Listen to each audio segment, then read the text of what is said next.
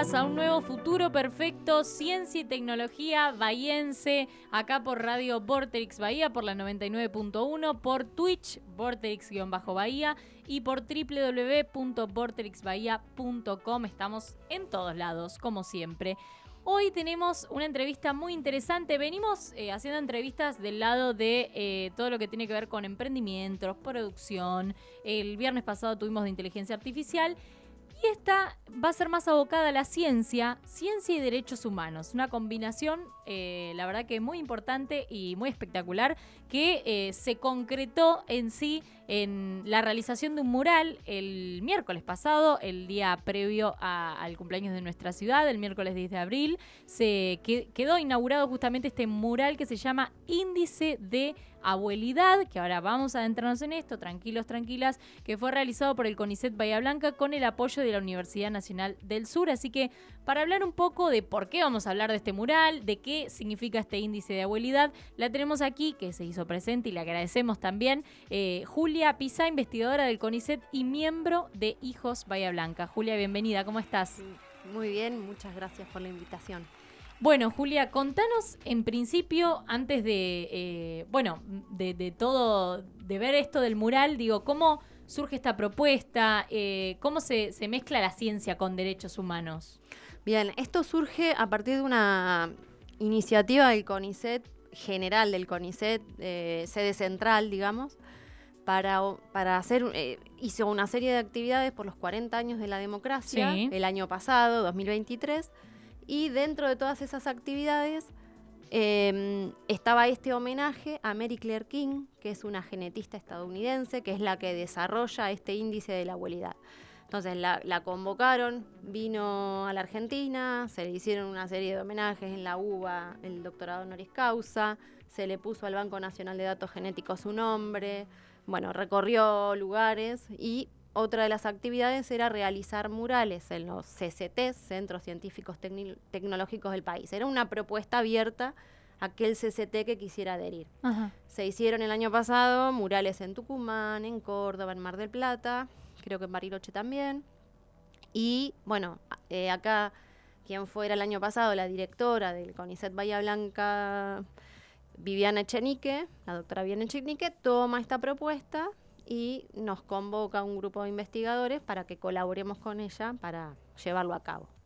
A mí me convoca como investigadora del CERSOS, que era el instituto donde trabajamos, pero también por ser hija de una desaparecida de la universidad y por estar militando, por ser militante de la agrupación Hijos.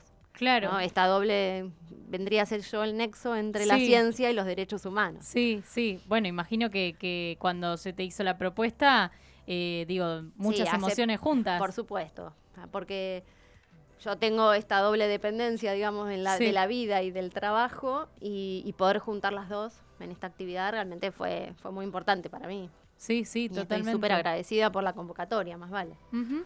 Bueno, decíamos que este mural, que ahora en un ratito lo vamos a estar viendo, se llama Índice de Abuelidad, que vos lo mencionabas, que justamente lo creó esta genetista. Contame un poco de qué... ¿Cómo fue? Claro, ¿cómo fue? ¿De qué trata? Digo, ¿qué es un índice de abuelidad de repente? Bien. Esto surge, las primeras científicas fueron las abuelas de Plaza de Mayo.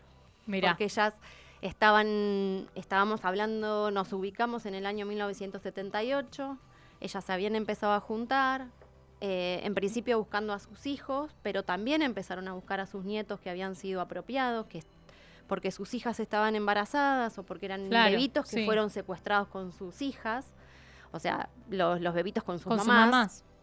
Y iniciaron toda una tarea de investigación para tratar de dar con sus nietos.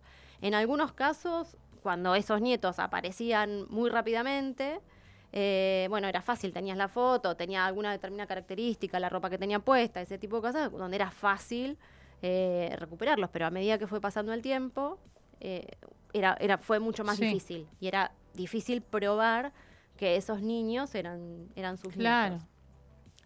En ese contexto, la pregunta era cómo hacer de manera segura esa conexión, cómo estar seguras de que esos niños eran sus nietos. Y se les en el año 1979 sale una noticia en el diario El Día de la Plata donde hay un caso, un juicio de paternidad, donde usan sangre, donde se usa sangre por primera vez en la Argentina para determinar que un hombre cualquiera que no se quería hacer cargo de su hijo, determinan que ese hombre era el padre y ahí se les prende la lamparita. Dice, bueno, tiene que haber algo en nuestra sangre que nos permita a nosotros estar seguras de que esos niños que creemos que son nuestros nietos, en realidad lo son. Y bueno, es así que empiezan a preguntar a científicos, en principio argentinos y después del resto del mundo, y hacen toda una recorrida, recorren 12 países, Wow. entrevistándose con gente, buscando la respuesta, hasta que dan en Estados Unidos primero con un médico genetista argentino, Víctor Penchazade, que estaba exiliado, que también se había tenido que ir en esos años de la dictadura. Y ahí empiezan con otro investigador norteamericano a intentar encontrar esa respuesta.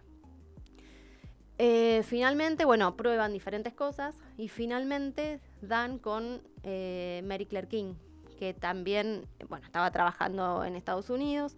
Ella tenía una formación, en principio matemática, pero se había dedicado a la genética. La genética era algo muy incipiente. Claro. En ese momento no se conocían el genoma humano, por ejemplo, que se conoció, empezó con el auge en el año 2000 aproximadamente, estamos hablando de los principios del 80. Y bueno, y ella se pone a trabajar con la información que se conocía hasta ese momento. Todavía no era común la secuenciación de ADN. El ADN es la información básica que tenemos todos en nuestras células. A partir del ADN hay un proceso de transcripción y tenemos como resultado proteínas. Esas proteínas son las que dan lugar a determinadas características. O sea, como que si tenés las mismas proteínas es porque exacto, tenés un vínculo. Tenés un vínculo. Entonces, en ese momento el ADN no se conocía, pero había maneras de estudiar las proteínas resultantes. Al principio se estudiaba con los grupos sanguíneos. Los antígenos, el grupo 0, A, B, mirá. porque es fácil. O sea, yo soy B positivo, por ejemplo. El papá de mi hija es 0 positivo, mi hija tiene que ser sí o sí B positivo. No hay manera de que mi hija sea A. Ahí va. Salvo que el padre no sea realmente el padre. Sí. Bueno, genéticamente hay cuentas que se pueden hacer para determinar eso. Pero el problema es que en el grupo sanguíneo tiene una variabilidad muy baja. O sea, si un niño es A, como claro, su abuela, montón. pero hay un montón de A. Vos claro. coincidís con tu grupo sanguíneo con un montón de gente. No es Entonces, 100%, digamos, no es 99,9 como no vemos siempre. era nada seguro.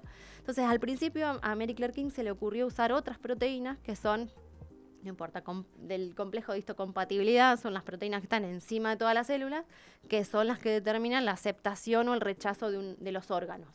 En ese caso, viste que cuando hay trasplantes de órganos, te hacen ese estudio para ver si sos compatible o no. Si sos compatible o no. Entonces, ese tipo de proteínas son mucho más variables y son buenas indicadoras de parentesco. No con es muy raro que vos seas compatible con alguien que no es tu pariente. Lo podés ser. No es que no puede ser. 100% seguro, claro. Uno, no me acuerdo ahora los números, pero la probabilidad es muy baja, aunque puede llegar a ser. Entonces, ella ahí desarrolla el índice de abuelidad primero con estas proteínas. El índice de abuelidad es una fórmula matemática, probabilística, es una probabilidad. Es la probabilidad, se hace la relación entre la probabilidad de que dos personas sean parientes, considerando la probabilidad de que coincidan, dada la variabilidad que existe de esa proteína en la población. O sea, si vos considerás el grupo sanguíneo donde la probabilidad es muy alta, la probabilidad que vos coincidas, porque hay mucha gente que tiene ese grupo sanguíneo. En cambio, con esto, la probabilidad, si a vos te da una probabilidad alta, lo más probable es que seas pariente. Y esto, lo interesante es que las probabilidades te dan 99,9, o sea, vos sos pariente, y si no te dan cercano a 0, te da 0,5. No te da 50% de probabilidad. Claro, que ¿sí? ahí estás en el medio. Los rangos son extremos. O te da cercano a 0 o te da cercano a 1. Claro. Entonces era un método muy seguro de establecer parentesco entre abuelos y y nietos. ¿Y eso le llevó mucho tiempo? Y le llevó, creo que 1 año o 2. Ah, bueno, igual es poco. No, igual es poco. Dentro de todo, re bien. Poco, re bien. Porque ella ya venía trabajando. Claro, ya estaba en tema. Estaba en tema. No específicamente en esto, pero bueno, era una genetista y tenía mucho conocimiento en matemática. Se asoció a otro matemático. Y bueno, la formulación es muy compleja. O sea, claro. La fórmula final es fácil.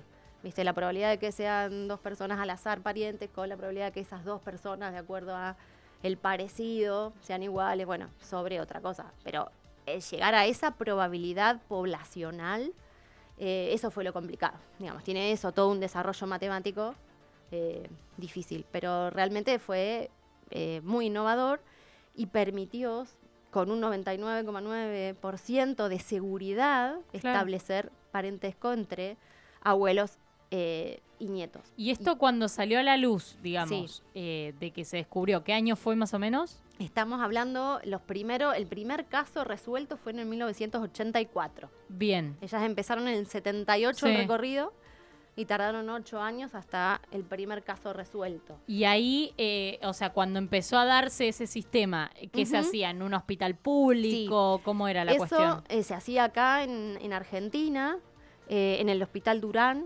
Ahí se centralizó toda la información y después se conformó un poquito tiempo después lo que fue el Banco Nacional de Datos Genéticos. Porque al principio, ¿qué pasaba? No había un banco, no había un lugar donde se retuvieran las muestras, sino que se tenía la duda que ese nene, que había denuncias anónimas de que había sido adoptado ilegalmente, que esa mujer no había estado embarazada y de repente aparecía un bebé. Bueno, o diferentes vías, ¿no? Investigaciones por otro lado. Eran niños muy chiquititos en esa época. Bueno, cuando había una sospecha, había una actuación a través de la justicia, se hacía una denuncia y, se hacía en el momento el intercambio o el cruce para establecer si era o no era. Entonces, sacaban la sangre del niño, sacaban la sangre de la familia y ahí se hacía la comparación. Pero lo que pasa es que ese niño, si le daba negativo, podía ser el nieto de otra abuela. Y quedaba hasta que otra vez vuelva a darse. Claro, había que sacar la sangre otra vez. Mirá. Entonces ahí se genera o se construye el Banco Nacional de Datos Genéticos. O sea que esa familia, de repente ese niño podía buscarse con otra persona familia, que venga. Claro. Frente a el resultado de esa familia podías ver otros posibles nietos. Exacto. Pero eso igual fue bastante mucho después. Sí, sí. Claro, cuando tenían todo un recuento, claro, digamos. Ya había un avance. Aparte en la ciencia, al principio empezaron con esta proteína, después en el 87, en el 85 se desarrolla una técnica que se llama huella dactilar del ADN, la desarrolla otro científico, que considera el ADN mitocondrial. Las mitocondrias son unas pequeñas organelas que están, cuando todos han visto células en la secundaria, que están adentro de la célula, que tienen la energía, producen toda la energía de la célula. Y la particularidad que tiene es que se heredan vía materna, se heredan con el óvulo. El espermatozoide no aporta mitocondrias. Las mitocondrias van por la línea materna. Entonces, o sea que son la misma de la madre.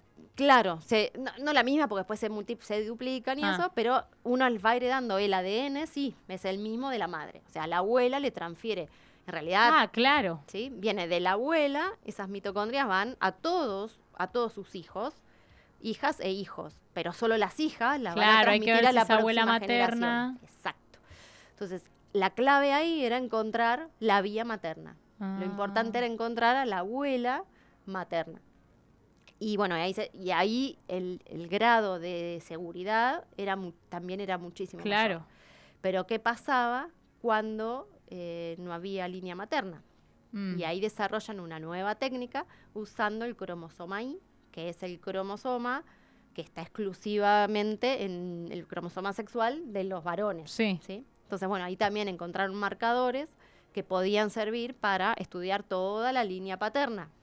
En el caso de que estuviéramos hablando de un nieto que se sospechaba que podía ser apropiado y, no sé, su tío, su abuelo, etc. Bueno, en la actualidad ya está todo mucho más desarrollado y además del ADN mitocondrial y el ADN del cromosoma Y, se usa ADN del núcleo directamente, está mucho más avanzado y, bueno, se consideran un montón de marcadores moleculares para establecer estas relaciones de parentesco. Claro. ¿Y sabés el número más o menos de la cantidad de nietos y abuelos vinculados que se han dado en todo este proceso? Con estas técnicas son 84.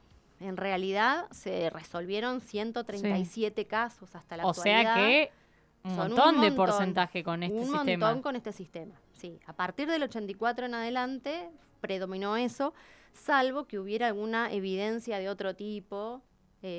Bueno, había, no sé, testigos que vieron que tal policía se llevó, entonces, y que había evidencia, no sé, o de documentos, o que en la casa había, bueno, cualquier otro tipo de cosas. Pasa que el ADN es como lo que más certero que tenés, lo que está en tu sangre. Exacto. El ADN es lo más desde que se desarrollaron. Y no miente, digamos. No miente.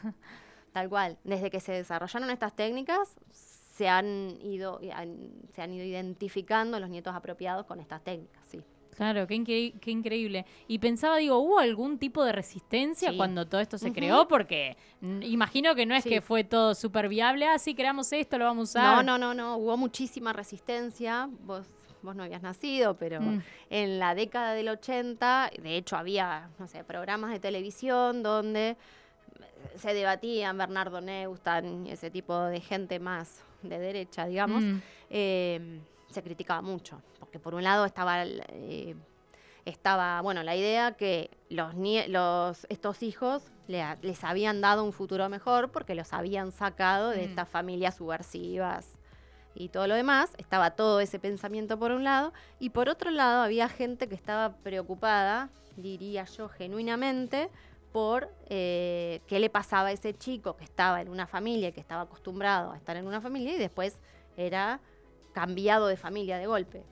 Claro. Bueno, la realidad es, y bueno, y los hacían, en los 80 iban a los programas y había determinados chicos que les hacían preguntas muy... ¡Ay, qué feo, Dios! Fue muy, realmente fue horrible. Yo no me olvido más de los mellizos Reyardo Tolosa, que fueron mellizos que estaban con creo que era de la Policía Federal, el apropiador Miara, y realmente fueron sometidos a situaciones muy desagradables en los medios. Y bueno, después yo los conocí en el juicio, a ellos dos, a uno de ellos, en el juicio de la Cacha, donde estuvo su mamá secuestrada y estuvo mi mamá en ese juicio también. Entonces era el juicio donde todos tuvimos justicia. Bueno, esos chicos que habían sido tan puestos en exposición y después, bueno, pudieron desarrollar bien su vida y reconocen... Sí, es que en realidad es saber tu verdadera identidad. Tu verdadera identidad, que es fundamental. Después Estela siempre cuenta que ellos también tenían las dudas, que dijeron, bueno, queremos saber que están bien y que están vivos, y nada más al principio, ¿viste? Claro. Y después nos dimos cuenta que le devolvíamos la vida, le devolvíamos el amor, les devolvíamos su identidad, quiénes eran sus papás, que los habían querido, que no habían sido abandonados. Claro, porque imagino que debes tener dudas toda tu vida. Y sí. Aparte, en muchos hay cosas casos, que no te deben cerrar y que no podés estar viviendo con eso porque es una tortura interior. Es una tortura. Y la mayoría de los nietos recuperados hablan justamente de liberación. Volver a su identidad, a su familia, a sus orígenes, al amor de la familia, se sentían liberados y se sentían que pertenecían. Digamos, en la familia de los apropiadores se sentían como sapo de otro pozo. Aparte, en muchos casos ha habido agresiones, o no sé, si hacía una travesura, vos sos como tu padre, o bueno, agresiones de todo tipo, han sufrido violencia, otros que no, que han sido apropiados o adoptados de buena fe, y que han sido esos padres adoptivos, habían sido engañados y que no sabían. Bueno, hay de todo. La mayoría de los casos, sin embargo, fueron apropiados y los apropiadores sabían cuál era el origen de esos niños. Claro. Pero bueno, hay casos donde no. Claro.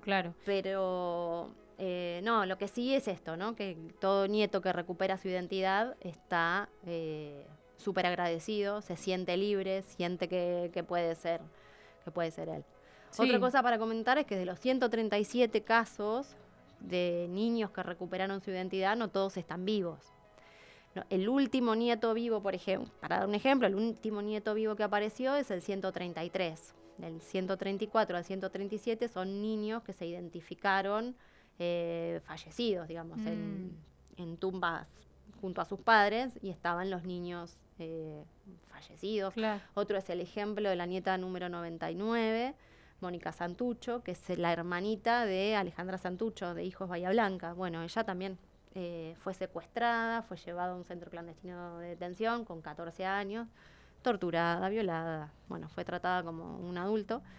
Y en el 2014, el equipo argentino de antropología forense le devuelve a la familia, a Alejandro y a su hermano Juan Manuel, le devuelven el cuerpo de Mónica.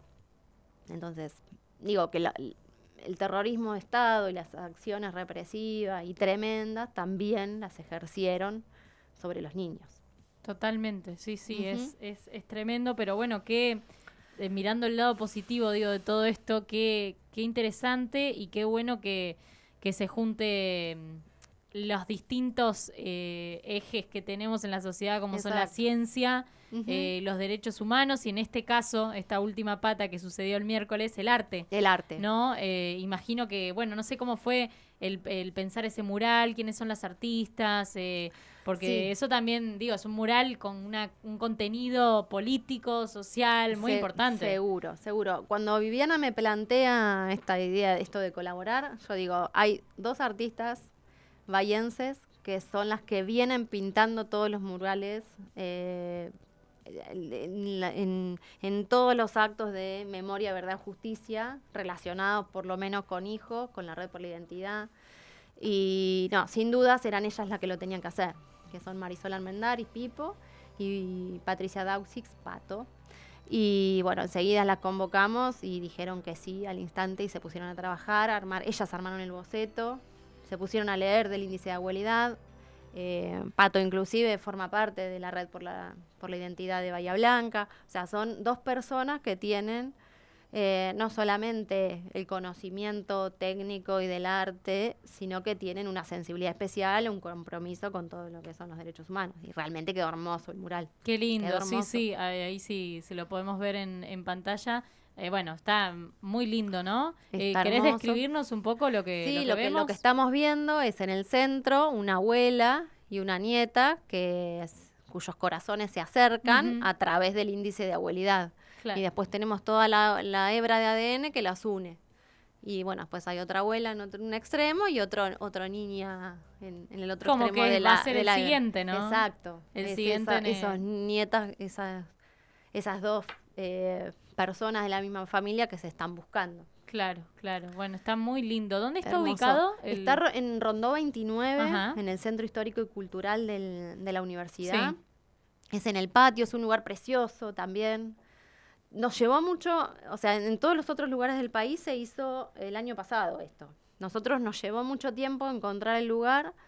Habíamos pensado en el CONICET, es un lugar donde no es accesible, entonces no Sí, iba a no lo tener iba a ver la visibilidad, gente no lo iba a ver nadie. pasando así que, por la calle. Claro, pensamos en Paligüe también, pero no encontramos una pared en el campus de Paligüe, pero no encontrábamos una pared que nos gustara. Después pensamos en un paredón de 12 de octubre y Córdoba, que fue Ajá. lo que hablamos con Sí. el rector, le parecía bien, pero esa pared estaba muy deteriorada y necesitaba mucho dinero encima, cosa que no se podía, hasta que ahora en febrero nos llama el rector y nos dice, la pared es la de Ajá. Rondó 29, y enseguida nos Accionaron. encantó a todos. Nos Claro. encantó a todos porque aparte es un lugar donde van a hacer educación física de todas las escuelas medias de la Ay, universidad. qué bien. Está como en el medio, atrás del centro histórico, pero en el patio donde dan las puertas de ese gimnasio. Qué bueno. Inclusive cuentan las chicas que una tarde, que fueron 3 tardes que estuvieron pintando, en una de esas ellas estaban concentradísimas, ¿viste? Arriba de los andamios pintando. Y de repente empiezan los chicos a sumarse, que iban y tenían un montón atrás mirando, y de repente las empiezan a aplaudir, que fue así como un aplauso cerrado, pero muy emotivo. Y ahí se dieron cuenta que bueno, que nuestro objetivo estaba cumplido, digamos. Totalmente. Esa es la idea. Sí, es esto, ¿no? Es la importancia de tener memoria y sobre todo en las nuevas generaciones. Las nuevas generaciones. Yo, como vos bien decías, yo no viví nada de todo eso y por ahí me cuenta mi mamá, de que ella en ese momento estaba estudiando y lo que le pasaba a sus compañeros, sus profesores, y uno lo vive como si fuera una película, pero... Está tan cerca. Exacto. Y en lo que es el tiempo histórico, no es nada. No es nada y tranquilamente y no, son cosas que pueden volver a suceder, si no las tenemos presentes, si no recordamos, estamos en un contexto donde se empieza a cuestionar el número del 30.000, que ni siquiera que es un símbolo, ¿no? Con todo lo que significa. Entonces, me parece que la juventud y las nuevas generaciones y los más chicos, es importante que tengamos esto presente, que tengamos la memoria, que tengamos esa historia viva hoy más que nunca, ¿no? Sí. Entonces, creo que un mural representa muchísimo todo eso, ¿no? Sí. Es importante y es muy importante. Más allá del contexto, que es lo que vos decís, estamos en un contexto donde también se pone en duda la ciencia, se pone en duda el conocimiento científico, el CONICET. Se supone que somos ñoquis, que no trabajamos, que hacemos cosas no productivas, que cuando Mary Claire King se había puesto a estudiar, o el otro investigador, la mitocondria, o sea, no tiene una aplicación inmediata, no hay una patente atrás de esto, sino que es conocimiento general que en algún momento seguramente va a servir, pero en el momento de la generación del conocimiento uno no sabe cuáles van a ser las consecuencias de eso que está investigando. Entonces, es todo este contexto donde se pone en duda la ciencia, se pone en duda las aberraciones de lo que fue el terrorismo de Estado en nuestra Argentina, se pone en duda el número, que es algo simbólico, pero es importante. O sea, porque en el año 78 las mismas Fuerzas Armadas Argentinas y el gobierno argentino militar le manda a la CIA el número de 22.500. Entonces, hay documentos, la ciencia pudo determinar números. La ciencia encontró centros clandestinos y los identificó y hace reconstrucciones de eso. La ciencia encuentra documentos. La ciencia, o sea, la relación que hay entre las dos cosas es ineludible. Está completamente, es un entramado muy complejo. Y lo que yo decía el otro día, la ciencia no es neutral, es súper objetiva, es rigurosa, pero no es neutral. La ciencia se hace en un contexto y debe hacerse para el bien de la sociedad.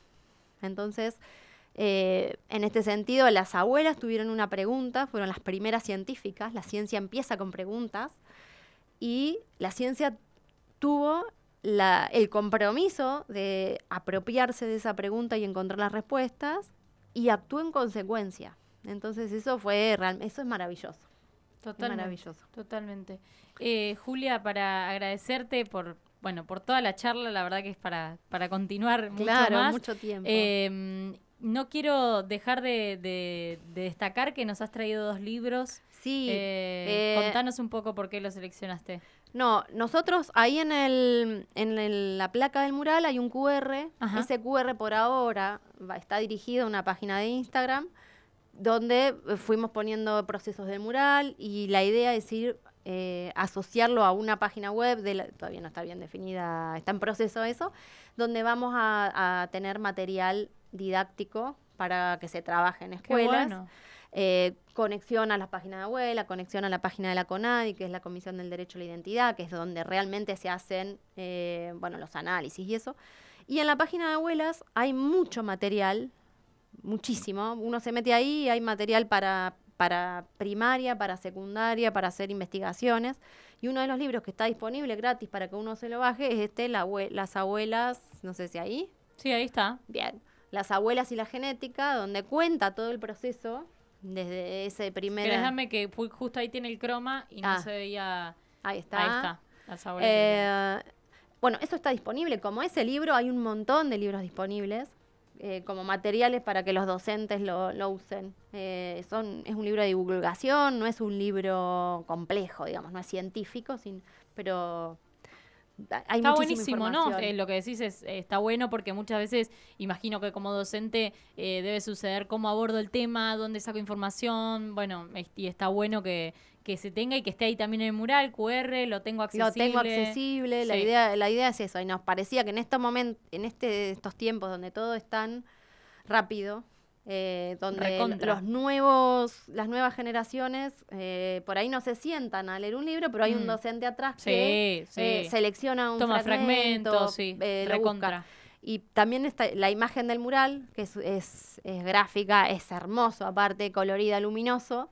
También, nada, lo pensamos en ese sentido, ¿no? Como algo visual que llame la atención, que llame a preguntarse qué es el índice de abuelidad. Está el QR, entonces también en la actualidad los QR son llamativos. Vos Sí, vas a un sí, museo, sí. ves un QR y enseguida Quiero ver ves, qué hay. quiero ver qué hay. Entonces, bueno, la idea era también interactuar con las nuevas generaciones. Hubo una campaña de abuelas, una cosita Sí, más, no, por favor. donde la idea ahora es recurrir a los bisnietos. Ah, Y está recopada la idea, ¿sí? porque es, bueno, quizás los padres que tienen mi edad, 40 y pico, casi 50 años, ya piensan mucho, si bien han tenido en algún momento dudas, bueno, se han quedado con la duda, ya tienen la vida hecha, con el trabajo. Y por ahí en los hijos de estos jóvenes, como yo, de casi 50, que estamos buscando, quizás chicos adolescentes que les genera la duda, ¿por qué no veo ninguna foto de la abuela embarazada? ¿Por qué mi papá se lleva tan mal con mi abuelo? Bueno, puede surgir la duda en las nuevas generaciones. Recontra. Por eso también es pensar estrategias, bueno, para llegar a estos adultos que nos faltan y que son más de 300. Bueno, las abuelas son unas genias y le buscan por todos lados, es impresionante. En cada campaña es la del otro año, yo sé quién soy, yo soy Julia, sé quién soy, esa fue muy... También se llenaron las redes de esas fotos con los carteles en pandemia. Bueno, siempre hay Algo nuevo, algo sí, nuevo sí. y súper, bueno, que intenta llamar la atención, ¿no? Y que intenta llegar a encontrar esos nietos que faltan. Me acuerdo cuando empezó la vacunación del COVID, salió una, si vos naciste, te estás vacunando, cuando fue la tanda de los 40 y pico, sí. bueno, ahí salieron un montón bueno, si te estás vacunando ahora, podés ser hijos desaparecidos. Bueno, Sí, fue estrategias que están estrategias de constantes, comunicación sí, constante sí. para tratar de llegar. Y quedan cada vez menos, y esa es Sí, la la esperanza, pena, sí, ¿viste? sí. Porque después del mural se presentó una película que se llama Abuelas, que Sí. era eran charlas con 9 abuelas. Y bueno, y terminan dos hablando que tenían esperanzas de poder ver a sus nietos, de conocer a sus nietos. Bueno, está la historia de Estela, que encontró a su nieto, Rosy, bueno, hay un montón que lo encontraron, y esas dos terminan que yo hasta mi último suspiro lo voy a esperar. Y estas dos abuelas fallecieron el año pasado. Entonces te queda la sensación esa, ¿no? Que no llegaron. De todas maneras hay un montón todavía. Sí. O sea, queda cada vez menos, pero quedan abuelas esperando a sus nietos. Ojalá que aparezcan. Sí, totalmente. Por eso es importante la difusión y seguir hablando y seguir llegando a todos los rincones. Sí. Julia, gracias por haber venido, por contarnos todo esto más que interesante, más que contextualizado y más que importante. Y bueno, y felicitaciones también por toda la articulación de ser nexo. Y bueno, por estar ahí la ciencia, el arte, los derechos humanos todos de la mano. Muchas gracias. Y gracias por este espacio. Gracias a vos. Bueno, así pasaba Julia Pizá, investigadora del CONICET y miembro de Hijos Bahía Blanca, que bueno, estuvieron el miércoles 10, el miércoles pasado, quedó inaugurado este mural Índice de Abuelidad, realizado por el CONICET Bahía Blanca con el apoyo de la Universidad Nacional del Sur. Esto se llevó a cabo en el Centro Cultural de la UNS, ubicado en Rondó 29, así que si pasan por ahí pueden verlo y ir a su QR también para tener toda la información, así como tenemos aquí este libro.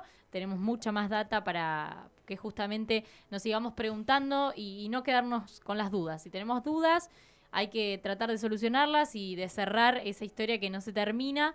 Si sentimos que hay algo que falta, bueno, hay que seguir e ir por ahí porque todavía quedan un montón de vínculos por unir. Así que, bueno, felicitaciones nuevamente a quienes hicieron este mural como símbolo y con todo lo que hay detrás.